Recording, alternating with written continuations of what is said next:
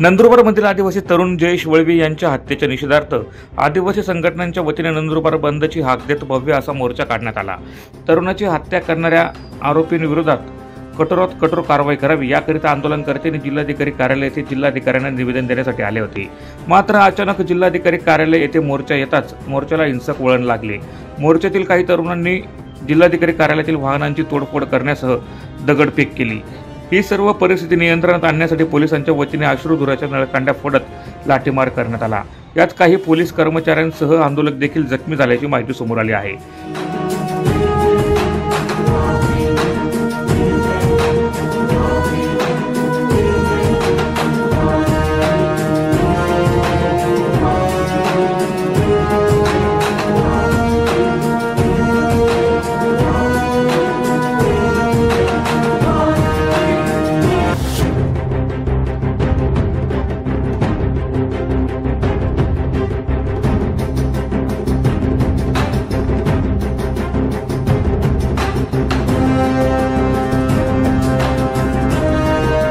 त्या सर्व जखमींना उपचारासाठी रुग्णालयात दाखल करण्यात आले आहे।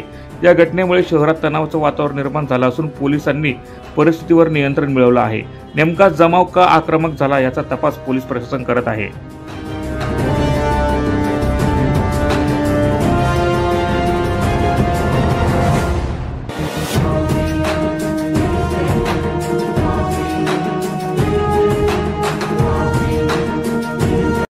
सर, काय परिस्थिती, कशामुळे सगळं झालंय आणि काय काय सगळं परिस्थिती आहे? नमस्कार। काही दिवसापूर्वी एक आदिवासी मुलाचा मर्डर झाला होता। त्या मर्डरच्या अनुषंगाने जिल्हास्तरीय एक मूक मोर्चा आयोजन काही आदिवासी संघटनांनी केलेला होता।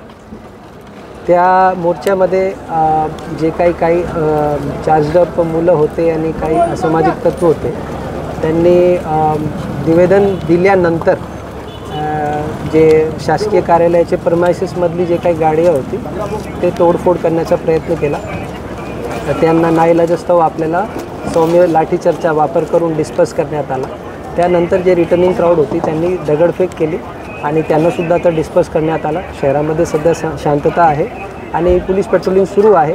माझी सर्व नागरिकांना माझी विनंती आहे, जे काही मोर्चा होता तो मूक मोर्चा शांततेत निघावा असे आवाहन करत असताना देखील काही लोकांनी त्याच्यामध्ये चुकीची गोष्टी केल्यामुळे अशा प्रकारची परिस्थिती झाली।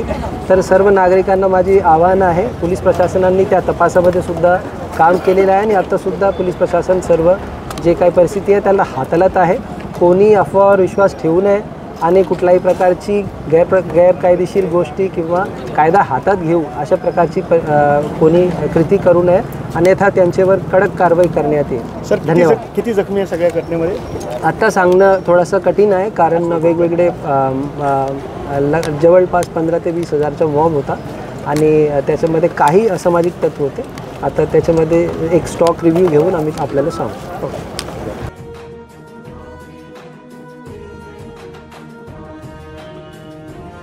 ब्युरो रिपोर्ट, माझा महाराष्ट्र न्यूज, नंदुरबार।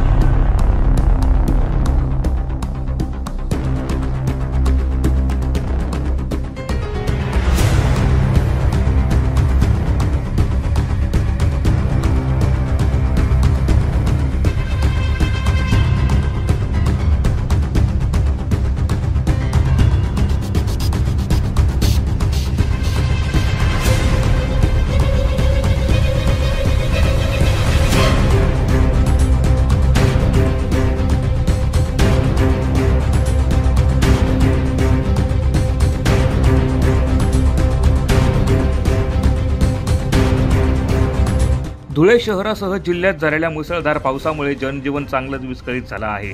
शहरापासून हाकेच्या अंतरावर असणाऱ्या चितोड गावात पुराचे पाणी घरात घुसल्याने नागरिकांचं मोठ्या प्रमाणात नुकसान झालं आहे। लाखो रुपयांचा मनपाचा सगळ्या प्रकारचा कर भरूनही कुठल्या प्रकारच्या सुविधा मिळत नसल्याने लोकप्रतिनिधींसह महानगरपालिकेला तक्रारी करूनही समस्या सुटत नसल्याने विकास कामं करत असताना दलित आणि आदिवासी वस्तींकडे दुर्लक्ष केल्याचा आरोप करत आम्हाला थेट पाकिस्तानातच पाठवा असं म्हणत चितोडचे नागरिक चांगलेच संतापले आहे। त्यांनी स्थानिक नगरसेवकांसह मनपा प्रशासनावर तीव्र नाराजी व्यक्त केली आहे। चितोड गावात असलेल्या दलित आणि आदिवासी वस्तींमध्ये मोठ्या प्रमाणात पुराचे पाणी घरात घुसल्याने नुकसान झालं आहे। या भागात शौचालय, गटारी, रस्तेच नसल्याने मोठ्या प्रमाणात समस्यांचा महापूर आहे। गेल्या अनेक वर्षांपासून या भागातील नागरिक मूलभूत सुविधांपासून वंचित आहे। स्थानिक नगरसेवकांसह महापालिकेने चितोड गावात सगळीकडे कामं केले, मग आमच्याच भागात कामे का केली नाही? विकास काम करताना दलित आणि आदिवासी वस्त्यांना का दुर्लक्षित केलं? दरवर्षी मोठ्या प्रमाणात मनपाचा सर्व प्रकारचा कर भरत असल्याच्या पावत्या दाखवत नागरिकांनी संताप व्यक्त केला आहे।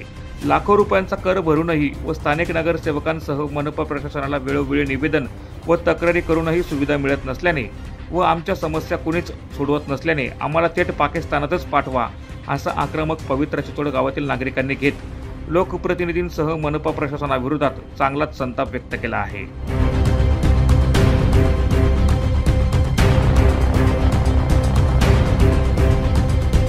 आम्ही पाकिस्तानमध्ये राहतो का भारतात राहतो, पण आम्हाला नोटीस येते ती महाराष्ट्र सरकार आणि धुळे महानगरपालिकाची येते।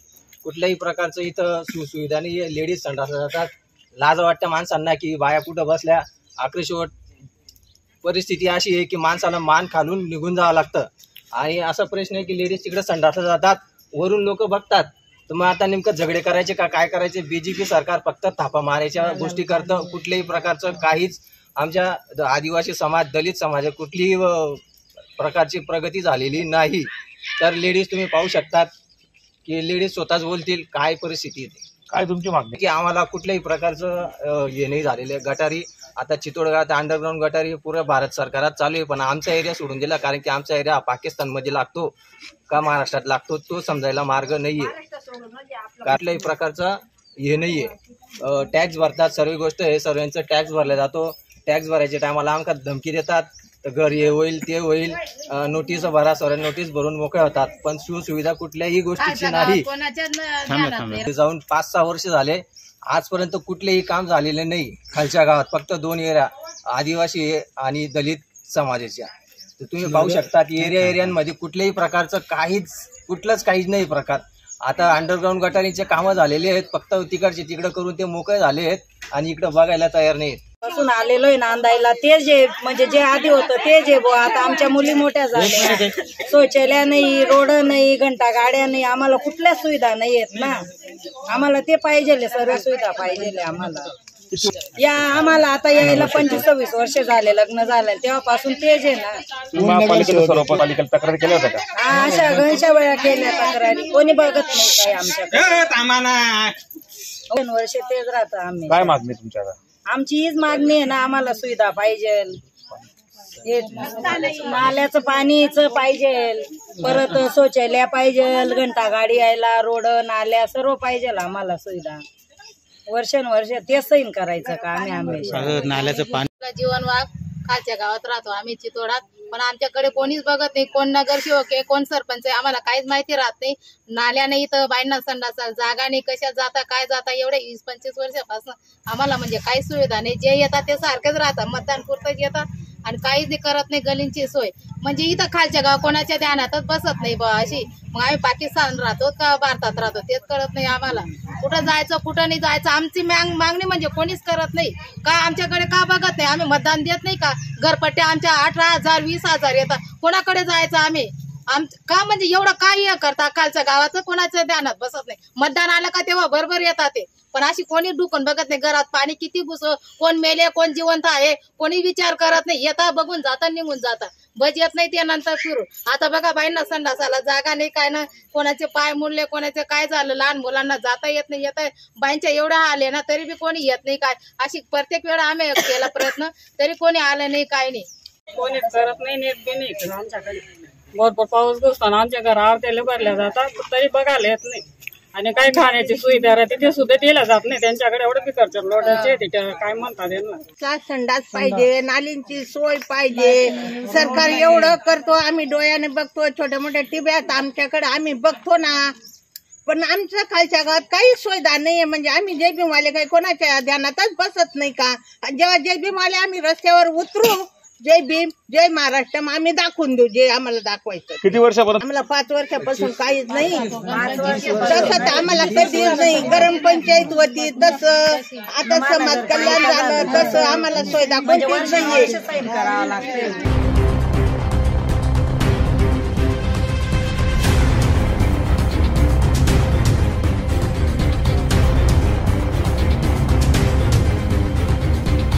यावेळी जीवन आनंदा वाघ, दगडू हिरामन केरनार, लहू वाघ, रावसाहेब मोरे, मनोज वाघ, गोरख सपकाळ, कृष्णा मोरे, वाल्मिक पाटील, आत्मादास गायकवाड, नाना खैरनार, राजू बच्चाव, पृथ्वीराज गायकवाड, संदीप शिंदे, कैलाश ठाकरे, राजेंद्र मोरे, अरुण पवार, गौतम मोरे, अशोक मालचे, भावनाबाई गुलाब भिल, ज्योती पवार, अनिता सोनवणे, भारतीबाई पवार, भुरीबाई वाघ, इंदुबाई वाघ, रेखाबाई वाघ, सुशीलाबाई वाघ, वसंतबाई भिल, ममता मालचे, रुक्माबाई ठाकरे, रेखाबाई ठाकरे, लीलाबाई बच्चाव, लीलाबाई गायकवाड, कमलबाई मालचे, अनिताबाई मालचे, लीलाबाई ठाकरे, प्रतिभा मालचे, मंगलबाई गायकवाड, मायाबाई पवार, केशराबाई पवार यांच्यासह परिसरातील शेकडो नागरिक मोठ्या संख्येने उपस्थित होते.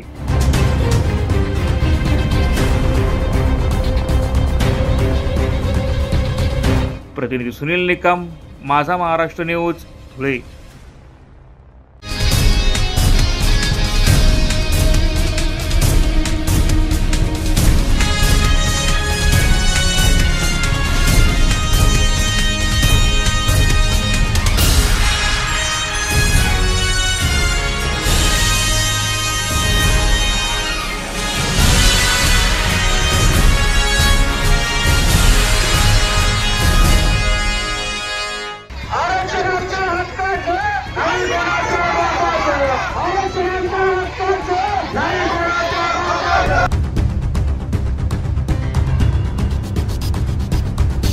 आरक्षण आमच्या हक्काचं नाही कुणाच्या बापाचं असं म्हणत आदिवासी समाज हजारोंच्या संख्येने रस्त्यावर उतरला आहे. आदिवासी समाजाच्या आरक्षणात कुठल्याही जातीचा समावेश करू नका, अन्यथा महाराष्ट्रभरात तीव्र स्वरूपाचे आंदोलन छेडले जाईल असा इशारा आदिवासी समाजाने विराट मोर्चाच्या माध्यमातून राज्य सरकारला दिला आहे. यावेळी आदिवासी समाजाच्या तरुणांनी राज्य सरकारवर जोरदार टीका केली आहे. आदिवासी समाजाच्या आरक्षणाच्या कोट्यात कुठल्याही समाजाची घुसखोरी नको, आदिवासी बांधवांच्या हत्या करणाऱ्या आरोपींना कठोरात कठोर कारवाई करा या मागणीसाठी धुळ्यातल्या पाशुपूल चौकातून विराट अशा मोर्चाला सुरुवात झाली. पुढे हा मोर्चा बसस्टँड मार्गे आग्रो रोड, कराचीवाला खुंट, जुने महानगरपालिका मार्गे क्युमाइन क्लब येथे संपन्न झाला. यावेळी आदिवासी समाज बांधवांनी आरक्षण आमच्या हक्काचं नाही कुणाच्या बापाचं घोषणा देत आणि विविध प्रकारच्या फलकांनी धुळेकरांचे लक्ष वेधून घेतले होते. देशाचे मूळ मालक आहोत, मूळ रहिवासी आहेत. आरक्षण आम्हाला डॉक्टर बाबासाहेब आंबेडकरांनी संविधानामध्ये दिलेलं आहे.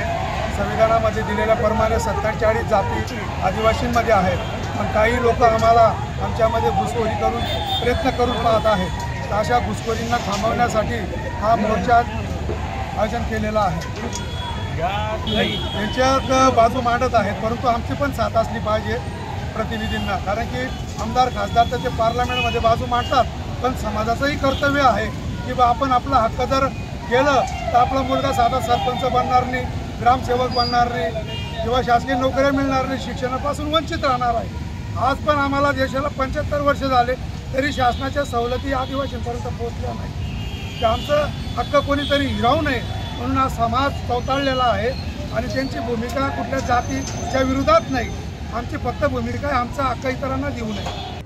यावेळी मागण्यांचे निवेदन जिल्हाधिकारी यांना सोपवण्यात आले. यावेळी आदिवासी समाजाचे शिवाजीराव ढवळे, अशोक धुळकर, पवन वाघ, संदीप मोरे, अजय पवार, महेंद्र माळी, विनोद चव्हाण, रवींद्र बोरसे, शिंदखेड्याचे माजी नगरसेवक दीपक अहिरे, ॲडव्होकेट प्रवीण कुमार, राजेंद्र माने यांच्यासह आदिवासी समाजबांधव मोठ्या संख्येने उपस्थित होते.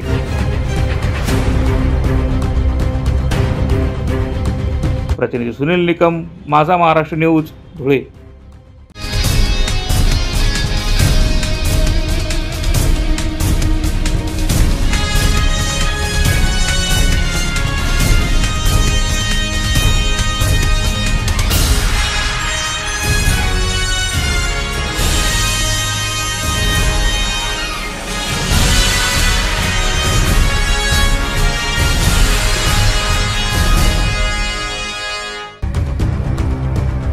जळगाव जिल्ह्यातील भडगाव तालुक्यात यंदा पावसाचा अतिरेक कोसळला आहे.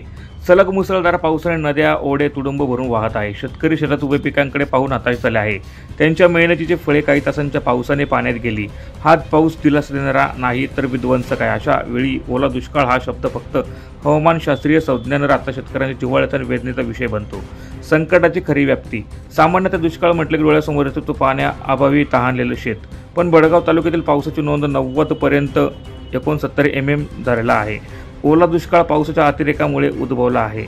अतिवृष्टीमुळे सोयाबीन, कपाशी, मका, भात यांसारखी पिके पाण्याखाली गेली आहे. जमिनीतील पोषण तत्वे देखील वाहून जातात. शेतकऱ्यांनी महिने कष्ट करून पिकवलेले पीक काही तासात नष्ट होते. घरं, जनावरं, रस्ते व पायाभूत सुविधा यांचेही प्रचंड नुकसान झाले आहे. हा दुष्काळ पावसाचा आशीर्वाद नसून शेतकऱ्यांच्या संसाराचा शाप ठरतो आहे. शासनाच्या धोरणांची परीक्षा. ओल्या दुष्काळ जाहीर करण्याची प्रक्रिया शासनाकडे ठराविक नियमावली नसली तरी काही निकषांवर आधारित असते. 33% अधिक पावसाचे नुकसान, 24 तासात सरासरीपेक्षा जास्त पाऊस आणि महसूल विभागाचा पंचनामा. भडगावसारख्या भागात ही प्रक्रिया तातडीने सुरू झाली तरी पाहणी, अहवाल, मंजुरी यामध्ये दिवस जातात आणि शेतकरी मदतीसाठी अहवाल दिले होतात. तात्काळ आर्थिक मदत मिळाली नाही तर शेतकऱ्यांची कर्ज, मजुरी, रोजीरोटी यावर घाला बसतो. दिलासा की तात्पुरता उपाय. ओला दुष्काळ जाहीर झाल्यानंतर पीक विमा, कर्जमाफी, वसुली स्थगिती, रोजगार हमी योजना अशा सुविधा दिल्या जातात. ही मदत महत्त्वाची असली तरी ती केवळ तात्पुरता दिलासा देणारी आहे. पाचोरा व भडगाव तालुक्यात शेतीला दीर्घकालीन संरक्षण मिळण्यासाठी जलनिस्तारणाची कामे, नाले सफाई, लहान सिंचन प्रकल्प, जलसाठा व्यवस्थापन, हवामान बदलावर उपाययोजना अशा पायाभूत उपक्रमांची अंमलबजावणी होणे आवश्यक आहे. पुढची दिशा. आज पावसाच्या अतिरेकाने भडगावातील शेतकऱ्यांची आर्थिक पाठ मोडली आहे. उद्या पावसाअभावी ताण निर्माण होतो. या विरोधाभासी हवामान परिस्थिती शेतकऱ्यांसाठी सुरक्षितता कवच उभे करणे हे शासनाचे प्रमुख कर्तव्य आहे. जलसंधारण, शाश्वत शेती पद्धती, हवामान अनुकूल पिकांची निवड आणि तंत्रज्ञानाचा वापर या उपायांचा अवलंब केल्याशिवाय केवळ मदत धोरणांवर अवलंबून राहणे धोकादायक ठरेल. ओला दुष्काळ हा केवळ नैसर्गिक आपत्ती नाही तर तो शासनाच्या तयारीचा आणि समाज संवेदनशीलतेचा कस आहे. भडगावातील शेतकऱ्यांच्या डोळ्यातील पाणी पावसाच्या पाण्यापेक्षा खारट आहे. हे अश्रू पुसण्यापेक्षा तातडीच्या मदतीबरोबर दीर्घकालीन नियोजनाची गरज आहे. अन्यथा हा ओला दुष्काळ ही केवळ हंगामी बातमी न राहता संपूर्ण जळगाव जिल्ह्याच्या ग्रामीण अर्थव्यवस्थेच्या अधोगतीची कायमची सावली बनू शकते.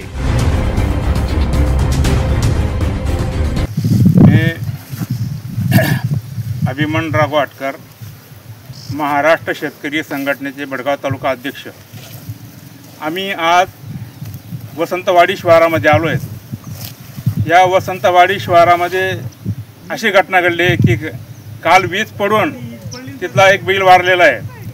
त्या बैलाकरता पंचनामा करण्यासाठी तलाठी आपण त्यांना फोन केला लोकांनी. मी पण केला आहे पण ते इथे हजर झाले नाहीत. कारण की प्रशासनाच्या लोकांना शेतकऱ्यांची पडलेली नाही. त्यांना त्यांच्या कामाचे पडलेले ते पगार घेऊन ते पंचनामा करायला आलेले नाही ते. म्हणून ही खेदाची बाब आहे. त्यासाठी माझं एक म्हणणं आहे की तहसीलदार साहेबांनी आपल्या प्रशासकाचे जे अधिकारी आहेत त्यांना अशी सूचना देण्यात यावी की ज्या वेळेस शेतकऱ्यांचं नुकसान होतं त्यावेळेस त्या ठिकाणी हजर झालं पाहिजे. असं त्यांना सूचना तहसीलदार साहेबांनी दिली पाहिजे. कारण की ते काम चुकार लोक दिसत आहेत मला. ते जर काम चुकार राहिले नसते तर ते इथे आज आले असते. इथे त्यांनी आता पंचनामा केला पाहिजे होता. हे शेतकऱ्यांचं काय मरण होतं हे त्यांना माहीत नाही. शेतकरी काय कष्ट करतात त्यांना माहीत नाही आहे. फक्त त्यांचे पगार मिळतं भरपूर झालं आहे आपल्याला. बाकीचं काही घेणं देणं नाही आहे. असं शासनाचे जे कर्मचारी आहेत ते बरोबर काम करत नाही असं आम्हाला शिस्त आहे. एवढंच सांगतो मी की शेतकऱ्यांकडे लक्ष दिलं पाहिजे. शासनाने अधिकाऱ्यांना लक्ष द्यायसाठी सूचना दिल्या पाहिजेत अशी माझी मागणी आहे. आणि जे नुकसान झालं आहे शेतकऱ्यांचं हे सरसकट पंचनामे करून त्यांना सरसकट अनुदान त्वरित देण्यात यावं ही माझी मागणी आहे. त्यासाठी मी एवढंच बोलतो आणि माझे 2 शब्द संपवतो. प्रतिनिधी शकील शेख, माझा महाराष्ट्र न्यूज, भडगाव.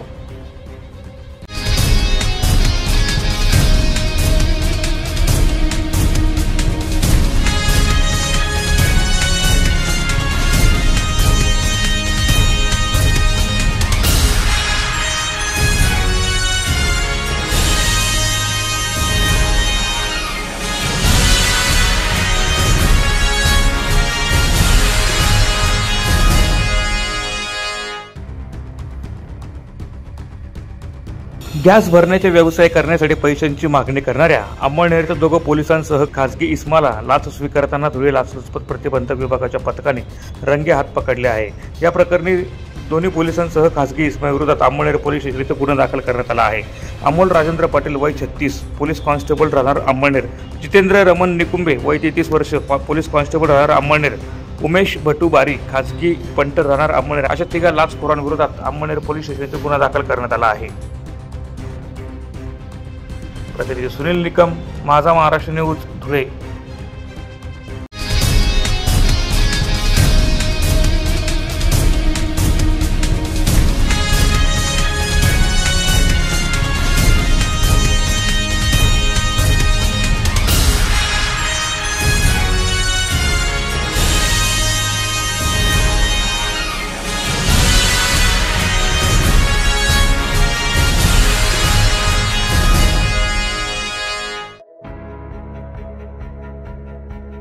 महाराजा अग्रसेन महाराजांच्या जयंतीनिमित्त अग्रवाल समाजाच्या वतीने भव्य अशी शोभायात्रा काढण्यात आली।